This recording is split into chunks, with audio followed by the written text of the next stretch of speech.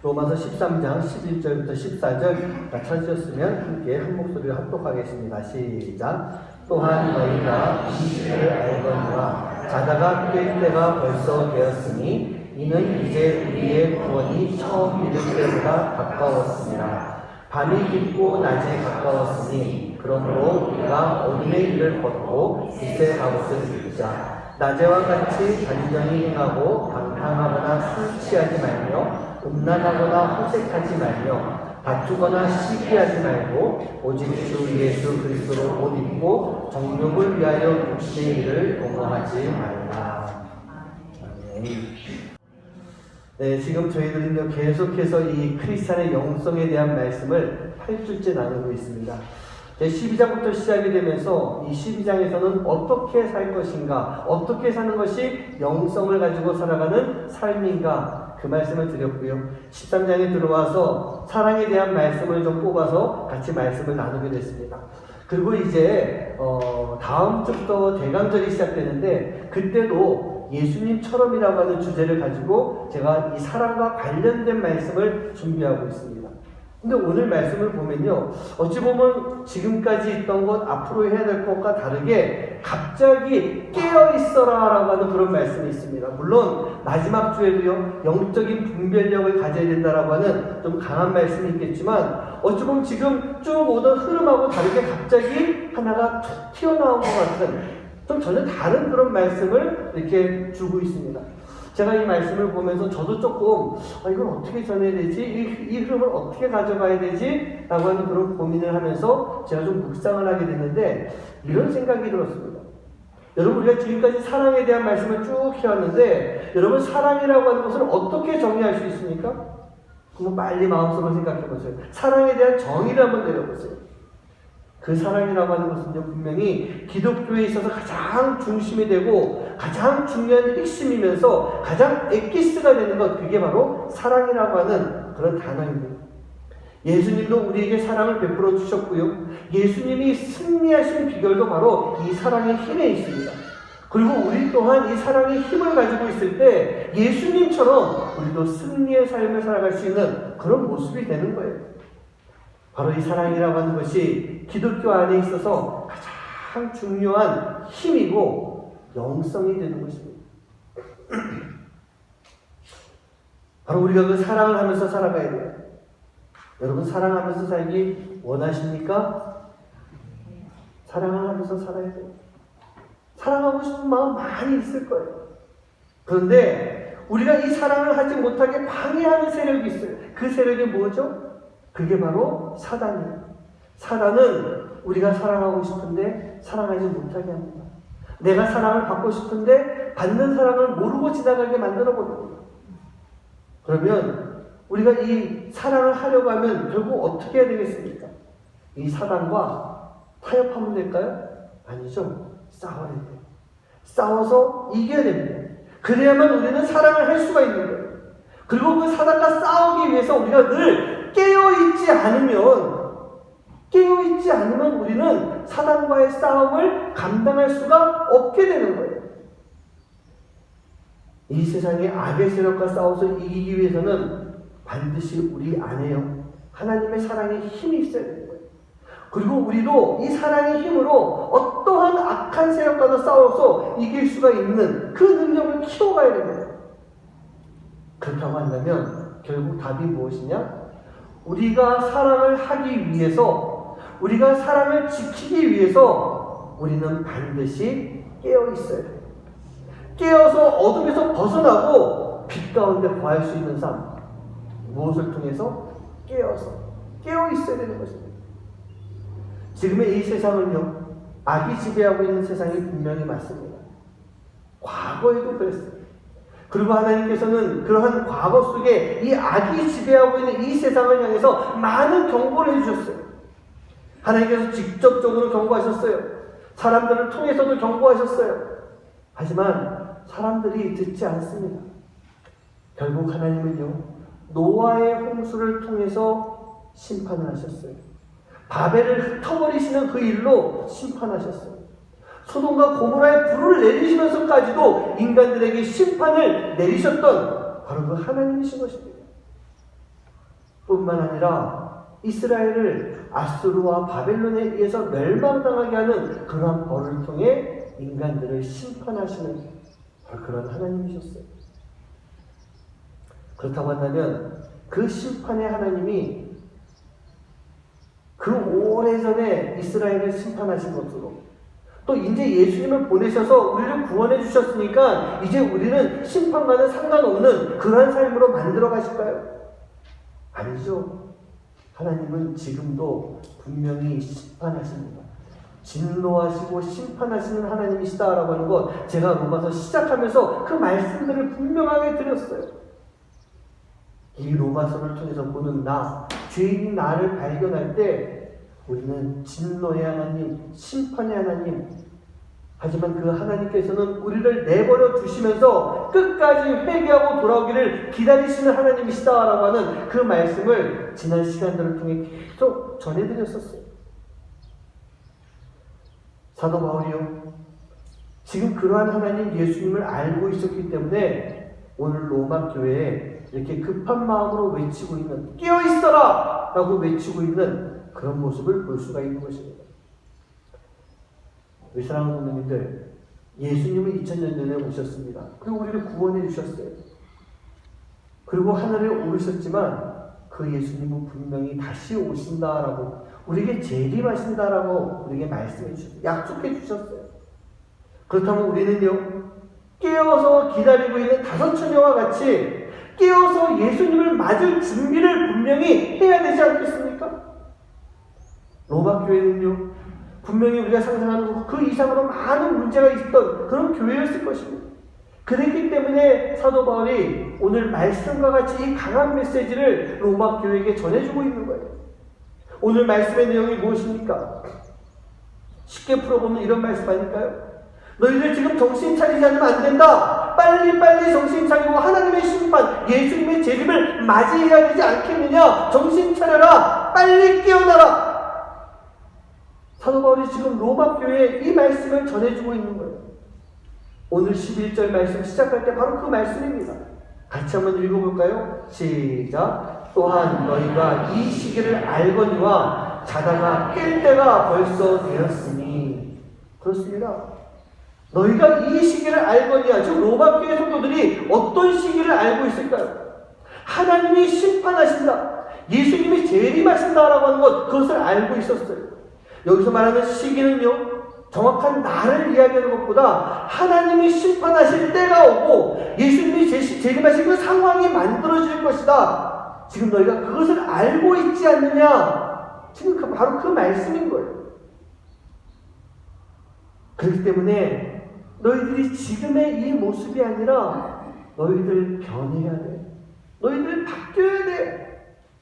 사도 바울이 로마 교회 성도들에게 지금 그렇게 말씀하고 있는 거예요. 지금 로마 교회의 모습은 자고 있는 모습이에요. 자고 있어요. 받은 너희가 지금도 자고 있으면 어떡하니? 빨리 깨어나서 구원받은 자의 삶을 완성해야 되지 않겠느냐? 지금 사도 바울이 그렇게 말씀해주고 있는 거예요. 사랑하는 성도님들, 여러분들은요, 구원이라고 하는 것에 대해서 생각해 보셨습니까? 우리는 구원받았어 라고 하니까 더 이상 생각 안 하고 살아갈 때가 참 많이 있을 것 같아요. 하지만 우리는 구원에 대해서 늘 생각해야 돼요.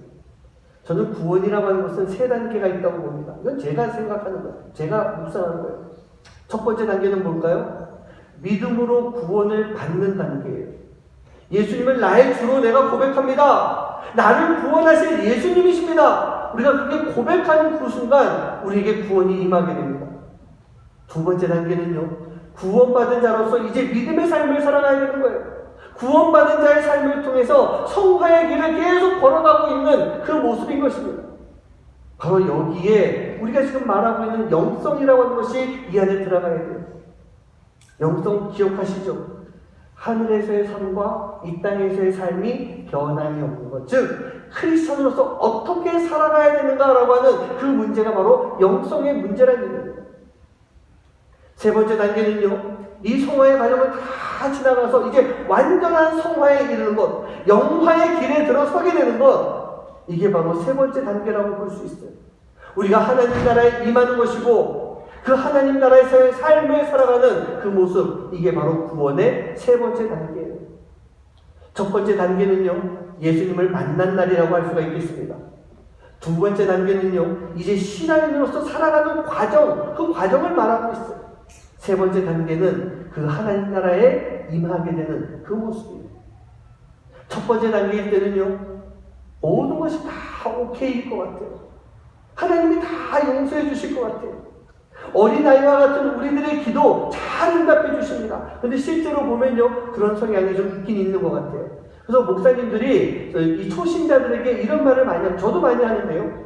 기도 많이 해보세요. 하나님이 다 들어주세요. 초신자의 기도는 어린아이와 같기 때문에 하나님이 많은 걸 들어주실 것입니다. 그런데 실제로 보면 그런 일들이 많이 나타나고 있어요.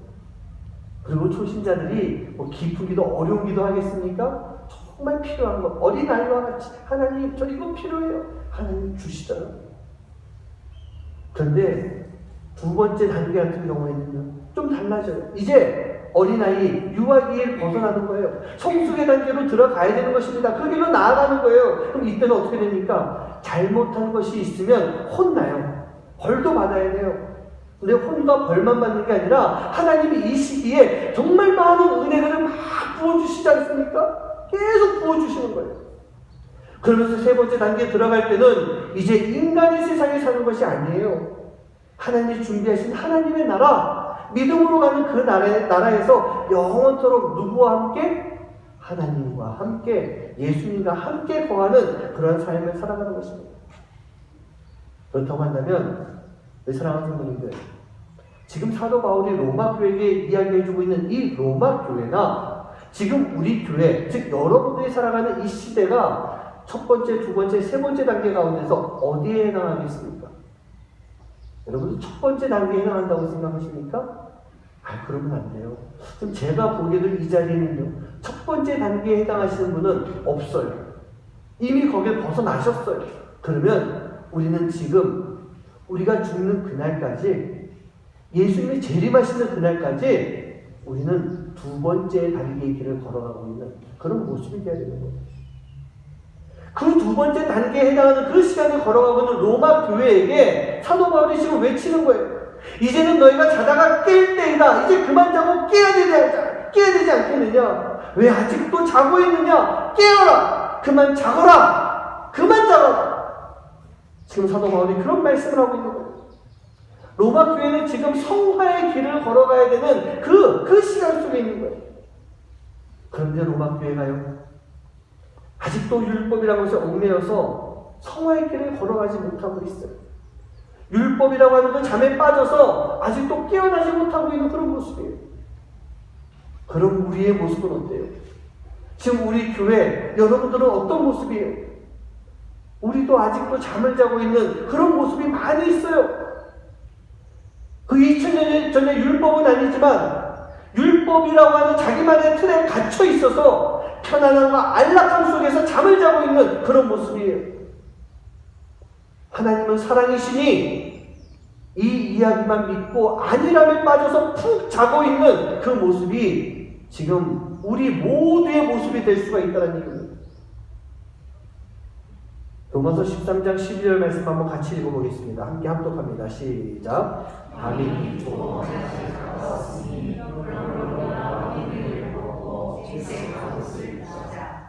우리가 이제 깨어나야 되는, 즉 안일함과 편안함 앞에서 깨어나야 되는 이유가 있어요. 여기 있어요. 밤이 깊이 지나갔고 이제 아침이 가까워지는 새벽, 곧 동이 터오는 그 시간이 되는 거예요. 밤새 잠만 푹 자고 있던 우리가 갑자기 새벽을 맞이하는 것, 그게 쉽겠습니까? 뭐 목사님 자고 일어나면 새벽이 되는 것은 당연한 것인데 뭐 그렇게까지 이게 복잡한 문제일까요? 여러분 혹시 그렇게 생각하십니까? 근데 맞기는 맞아요. 새벽이 오는 것 당연한 것 맞습니다. 당연한 것이에요. 근데 저는 그렇게 생각해요. 당연하기 때문에 더 문제가 될 수가 있습니다. 당연해서 더 깊은 심각한 문제란 얘기예요.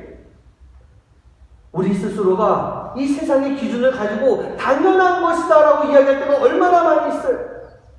그러면서 이런 이야기 할 때마다 그러죠. 아니 뭐 그렇게까지 호들갑을 떨면서 그렇게 힘들게 생각하십니까? 당연히 새벽은 떠오는데 동토오는데 그냥 지나가면 되지 않겠습니까? 근데 여러분, 기독교인에게 있어서 이 당연한 것이 무엇이겠어요? 이 당연한 것은 다름이 아니라 하나님의 심판이 있는 그날이 오는 거예요. 이 당연한 것은 바로 예수님의 재림이 오는 그런 모습인 것입니다. 그렇기 때문에 기독교인들에게 있어서는요, 이 당연한 것이 아니어야 돼요. 달라야 된다는 얘기입니다. 세상은 뭐 다 그래, 당연한 것 가지고 뭘 그래 라고 이야기할 때 기독교인들은요, 그 세상의 생각과 다른 것, 당연하다라고 하는 그 단어 안에서 다른 것을 뽑아낼 수 있고 다른 것을 볼 수 있는 그 모습이 꼭 필요한 거예요. 꼭 필요한 거예요. 로마서 12장 2절 말씀 여러분 기억나십니까? 같이 한번 읽어보겠습니다. 시작. 너희는 이 세대를 본받지 말고 하나님의 선하시고 기뻐하시고 온전하신 뜻이 무엇인지 분별하도록 하라. 너희는 이 세대를 본받지 말려. 여러분 이 말씀 기억나시죠? 이 로마서 영성 두 번째 시간에 했던 말씀이에요. 사도 바울이 이야기하는데 이 세대를 본받지 말아라라고 그렇게 분명히 말씀하고 있어요. 이게 그 말씀이에요. 당연하다라고 하는 것 안에서 세상적으로 똑같이 당연한 것을 생각하는 것이 아니라 우리는 다른 것을 생각할 수 있어야 돼요. 그 다른 게 뭐예요? 오직 마음을 새롭게 함으로 변화를 받아서 하나님의 선하시고 기뻐하시고 온전하신 뜻이 무엇인지 분별을 할 수 있어야 되는 것. 이게 바로 당연한 것, 기독교인이 가지고 있는 당연함이라는 거예요. 그 안에서 뽑아내야 되는 하나님의 뜻인 것입니다. 남들이 알지 못하는 하나님의 그 뜻, 그것을 발견해야 돼요. 지금의 이 세상 속에서 우리가 살아가는 것이 세상이 맞아요. 사단이 지배하고 있는 세상 맞아요. 거기 살고 있어요. 하지만 우리는요, 거기서 똑같이 살아가는 것이 아니라 그 안에 있는 하나님의 온전한 뜻이 무엇인지 알아야만 우리가 크리스찬으로서의 영성을 알고 살아갈 수 있는 그런 모습이 되는 것입니다. 우리가 새벽에 올 때까지 잠을 자고 있다라고 하는 것, 이것은요, 절대로 우리에게 평안이라고 하는 단어를 쓸 수 있는 것이 아니에요. 평안의 뜻이 아니에요. 이것은 따져보면 평안이 아니라 편안이라고 볼 수 있어요. 그냥 편안한 거예요. 그냥 늘어지고 있는 거예요. 12절 말씀에 나오는 이 동이 터오는 것, 어둠의 시간이 다 지나가고 이제 하나님의 나라가 완전하게 열려가고 있는 그런 모습인 것입니다.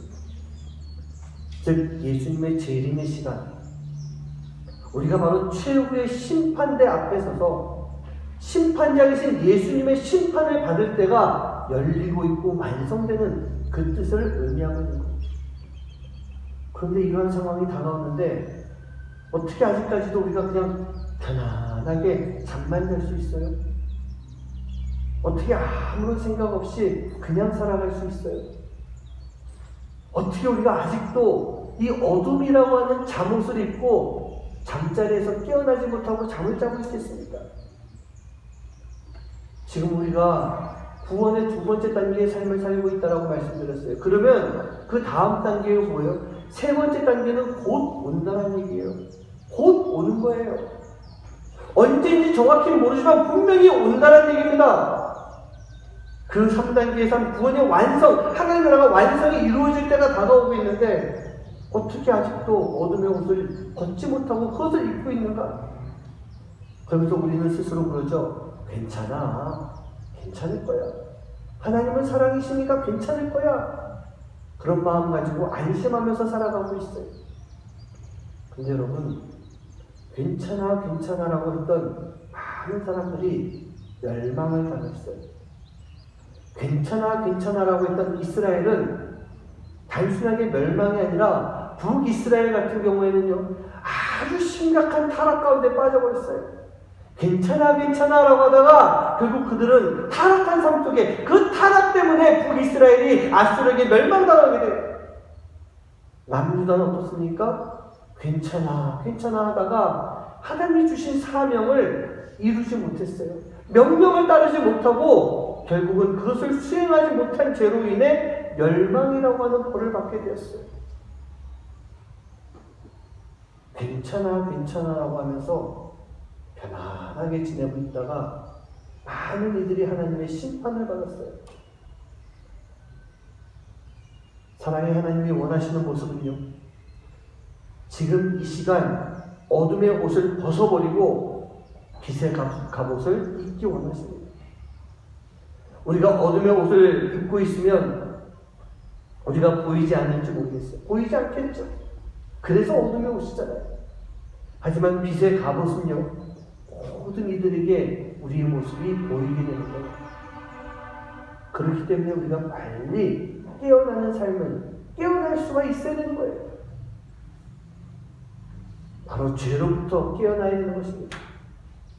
구원받은 자임에도 불구하고 아직도 죄에서 묶여서 살아가고 있다면 그것은 어둠의 옷을 벗지 못한 것이 아니라 아직도 그것을 꼭 껴입고 살아가고 있는 그런 모습입니다. 그 어둠의 옷이 무엇입니까? 로마서 13장 13절에 나와 있죠? 같이 한번 읽어봅니다. 시작. 낮에와 같이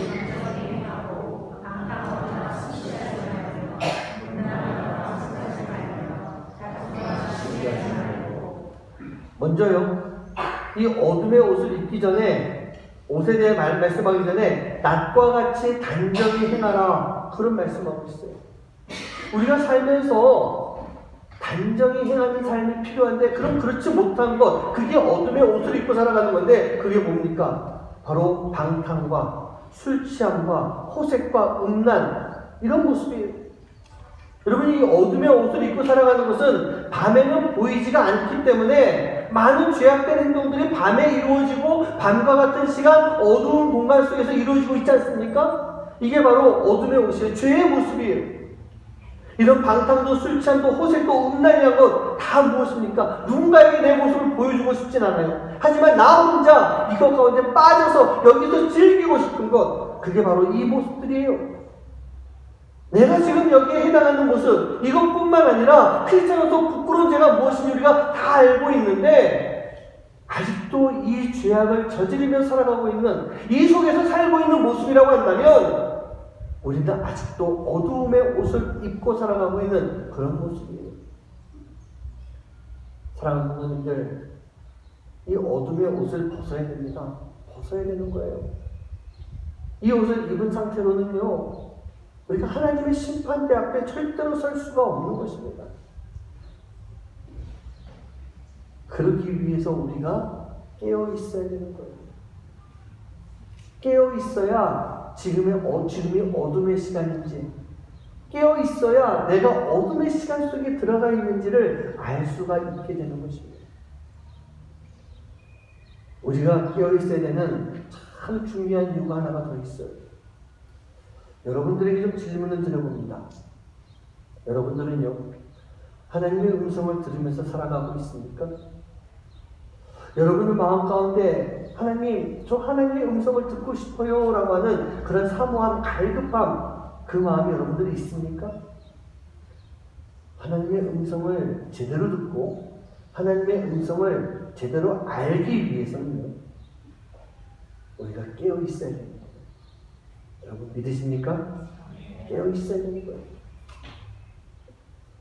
깨어 있지 않으면 우리는 하나님의 음성이 아니라 다른 음성을 듣고 다른 길로 갈 때가 너무 많이 생기는 거예요. 너무 많이 생겨요. 양은요, 자기 목자의 음성을 들어야 되지 않겠습니까? 자기 목자가 부르는 사인을 들을 수 있어야 되는 거예요. 그런데 이 바보 같은 양이요, 자기 목자의 부르는 소리가 아닌 다른 목자가 부르는 소리를 듣게 되면, 참된 목자가 아닌 사꾼 목자가 부르는 그 소리를 따라가게 되면 이 양은 어떻게 되는지 아십니까? 이 사꾼 목자에게 부수입이 되는 거예요. 내가 먹어도 되는 거예요. 어차피 자기가 들어간 또 하나의 양이잖아요. 결국 우리는 하나님의 음성을 제대로 듣고 가지 못하고 다른 음성을 듣고 다른 길로 나가게 됐을 때 우리에게는 죽음이라고 하는 것밖에 남지 않는 그런 모습이 되는 거예요. 제가 좀 분위기도 좀 바꿀 재밌는 이야기 하나 좀 해드릴게요. 한 탐험가가요, 아마존에 있는 정글을 막 탐험하고 있었습니다. 근데 그러다가 식인종 원주민 무리를 탁 만나게 된 거예요. 얼마나 두려워요. 아, 이제 내가 죽었구나, 어떡하느냐, 막 두려워서 떨고 있는데 갑자기 하늘에서 빛이 쫙 비치더니 마음속에 이러한 음성이 들립니다. 아니다. 너는 지금 죽지 않았다. 내 발밑에 있는 돌을 집어서 추장에게 힘껏 던지도록 하여라. 그런 음성이 이렇게 마음에 들리더래요. 아, 하나님이 지금 나를 도와주시는구나 라고 하면서 마치 다윗이 떠오르는 거예요. 다윗이 골리앗 앞에서 물맷돌로 막 던졌던 그 생각이 떠오르면서 그 돌을 집어가지고요, 이 추장을 향해서 힘껏 던졌습니다. 근데 기적과 같이 그 돌이 추장이 이 딴 데다 미간에 딱 맞더니 추장이 팍 죽어버렸어요. 이 탐험가가 어떤 생각을 했을까요? 야, 이제 하나님이 역사하셔서 저 원주민들이 추장을 죽는 모습을 봤으니 나를 두려워할 것이고 나를 따르겠구나 라는 생각을 했는데, 웬걸 이 원주민들이요, 자기 추장을 죽였다고 창을 들고 이제 이 사람을 막 죽이려고 막 다가오는 거예요. 이 탐험가가 또 기도했습니다. 하나님 도와주세요. 그런데 음성이 들립니다. 이런 음성 들립니다. 너는 이제 진짜로 죽었다.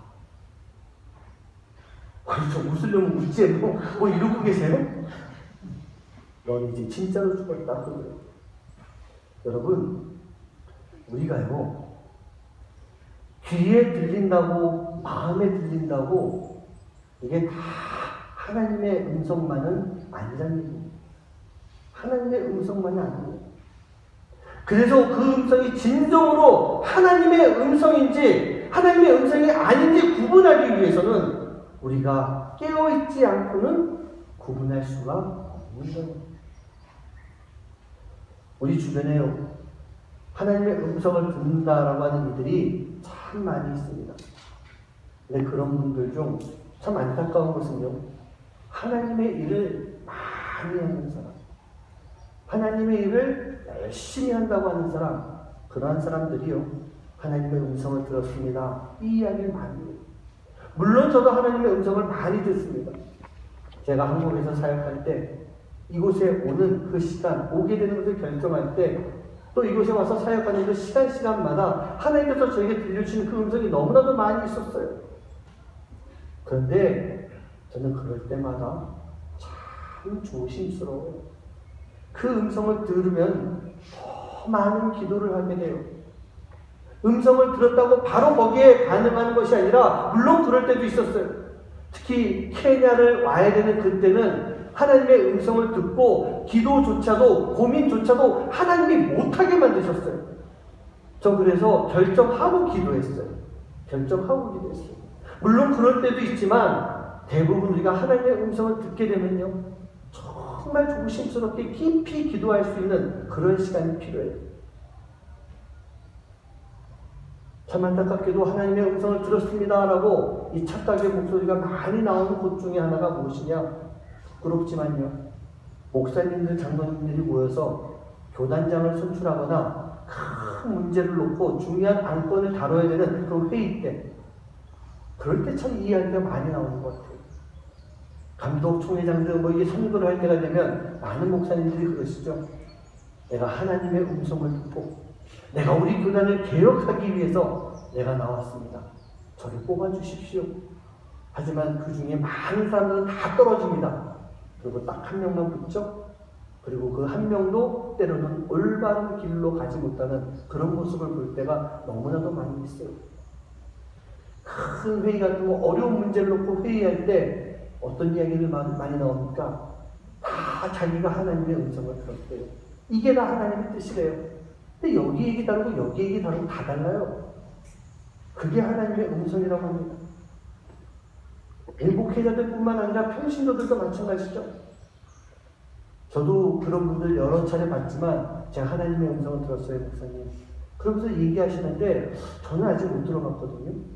그거에 대해서 못 들어봤고, 때로는 내가 하나님의 음성을 들었어요 라면서 우리 성도님들 주변에 다가가시는 분들 얼마나 많이 있어요. 여러분 명심하세요.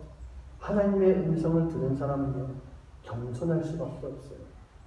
내가 하나님의 음성을 들었다고 드러내는 사람, 여러분 조심해야 되고요. 그런 모습을 보고 있으면 제가 조금 리얼하게 표현할게요. 신앙인의 모습이 아니고요. 추하고 더럽고 역겨운 삶을 살고 있을 때가 얼마나 많이 있는지 몰라요. 세 가지예요. 모든 사람들이 마찬가지입니다. 잘못 들었거나 자기가 원하는 대로 듣거나 듣고도 순종하지 않고 거짓된 삶을 살아가고 있는 그런 모습이 많아요. 이런 삶을 살고 있기에 우리는 지금 이 어둠의 시대를 살아가고 있는 그런 모습이에요. 사랑하는 분들, 이제는요, 동이 터오고 있으니 그 어둠에서 나와야 됩니다. 동이 튼다는 것은요, 바로 하나님의 시간이 다가오고 있는 그런 모습이에요. 그래서 동이 터오기 전에 우리가 깨어서 준비할 수 있는 시간이 이 안에 너무나도 필요한 거예요. 깨어 있어야 되는 거예요. 그런데 한 가지 더 중요한 게 있어요.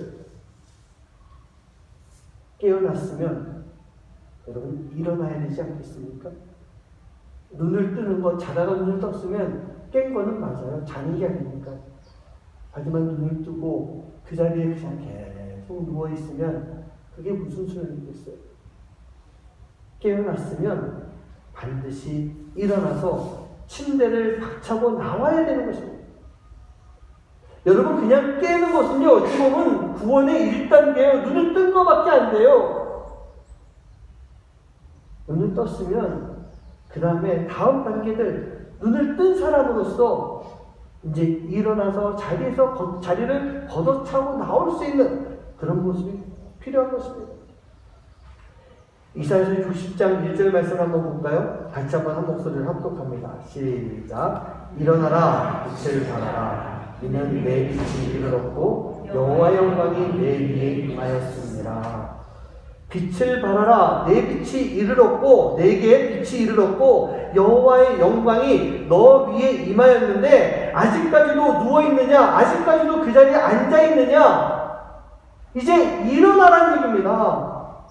여러분, 깨어나는 것도 중요하지만 그보다 더 중요한 것이 일어나야 되는 거예요. 그래야만 우리가 그 빛을 비출 수 있고 하나님의 영광을 전할 수 있는 그런 삶의 모습이 되는 것입니다. 우리에게 주어진 사명이 바로 그 사명이에요. 크리스찬으로서 세상에 빛되는 삶을 살아가는 것, 그냥 가만히 누워서 되는 것이 아니라 일어나서 밖으로 나아가야만, 그래야만 우리가 하나님이 우리에게 주신 사명대로 살아갈 수가 있는 거예요. 예수님께서도 동일한 말씀하셨습니다. 마태복음 5장 14절과 16절 말씀인데요. 같이 한번 합독합니다. 시작. 너희는 세상의 빛이다.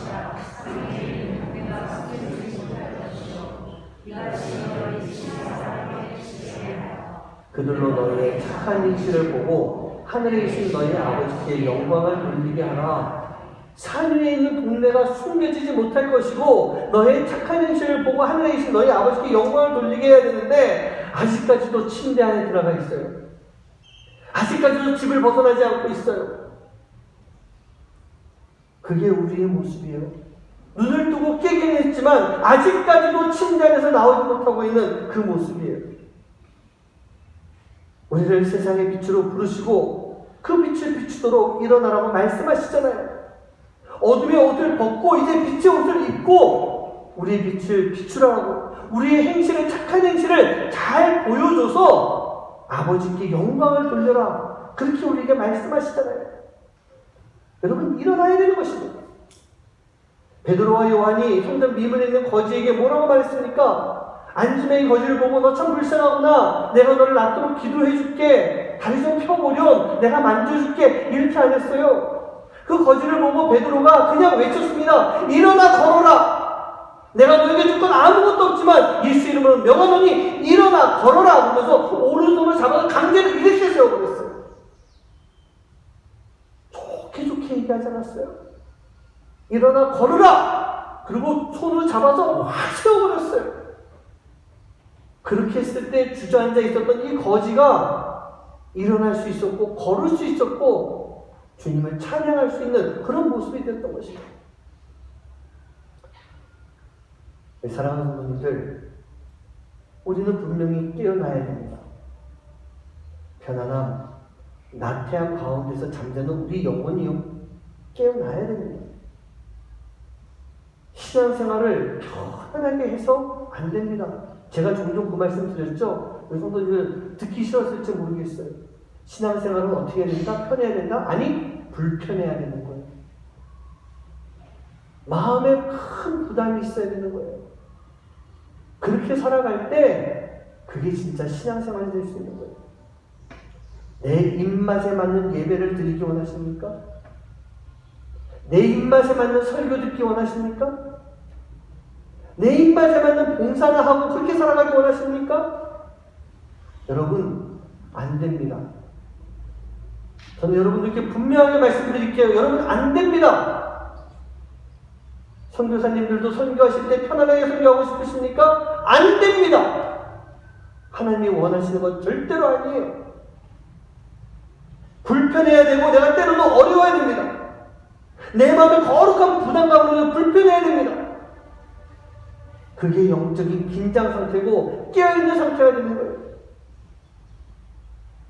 그리고 그 때가 되었다면 이제 일어나야 되는 거예요. 잠자리를 박차고 일어나야 되는 거예요. 그렇게 했을 때 우리는요, 신앙을 지킬 수가 있는 것이고, 깨어서 주님의 옷을 입고 세상에 빛된 자녀로서의 그 역할을 감당하며 하나님이 주신 사명을 감당할 수 있는 성도가 되고, 하나님의 사명을 감당할 수 있는 선교사가 되고 목회자가 될 수 있는 그런 모습이에요.